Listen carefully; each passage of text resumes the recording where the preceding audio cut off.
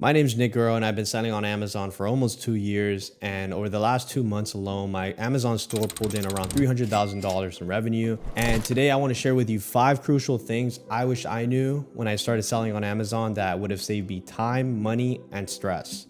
The first thing, and this is massive, this is not a business for the weak-minded or those who cannot handle stress or pressure. If you're looking for a get-rich-quick scheme, this is not it. Going into this business, I had no idea how many curveballs would be thrown at me, and let me break it down for you. We sell brand name products, brands that we don't own, and at any moment, these brands can decide they no longer want anyone else selling their products. They can kick you off the platform with tools like transparency codes. That's just one way they block you from selling. It's happened to me more than once, and let me tell you, I've lost thousands of dollars when it did. So if you can't handle losing some money from time to time, this isn't your lane. Sure, I've made hundreds of thousands of profit, but I've also faced a lot of setbacks.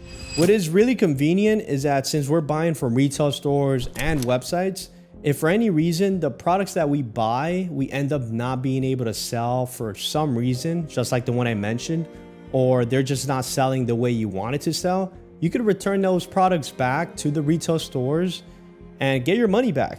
So essentially, there is a way for you not to be able to lose your money. I myself and a lot of my students have been able to do this. I've been able to return around $22,000 in products in just one day.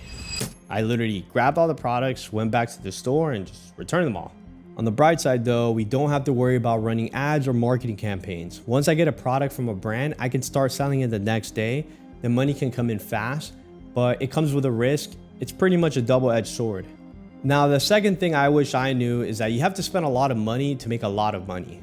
Before starting, I thought for every dollar I spent, I'd make $1 back, which is 100% return on investment.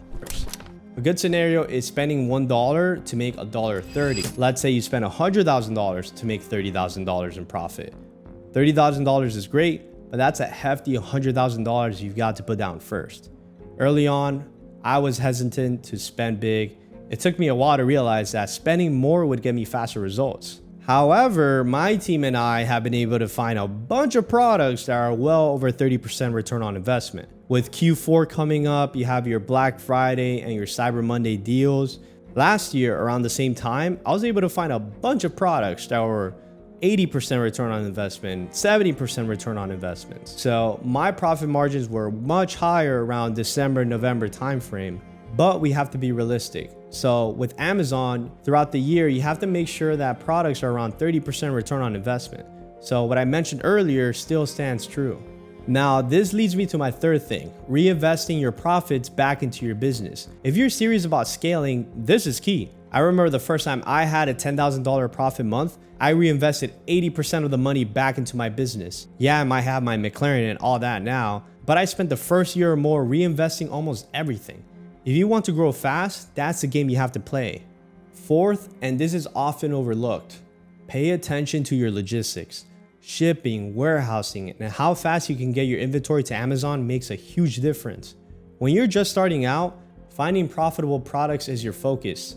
But once you scale, prep and shipping costs start to add up. Whether you're using a prep center or doing it yourself, keeping your logistics smooth and cheap is crucial. The faster you get your inventory to Amazon, the faster you make money. It's all about optimizing those processes. Lastly, the fifth thing, keep your eyes on your numbers. This might sound basic, but it's easy to miss the little things that eat into your profits, like damaged or lost inventory, returns, and even credit card interest. I use tools like SellerBench to track my reimbursements for lost or damaged inventory. At the end of the day, you want every dollar accounted for, especially as you scale.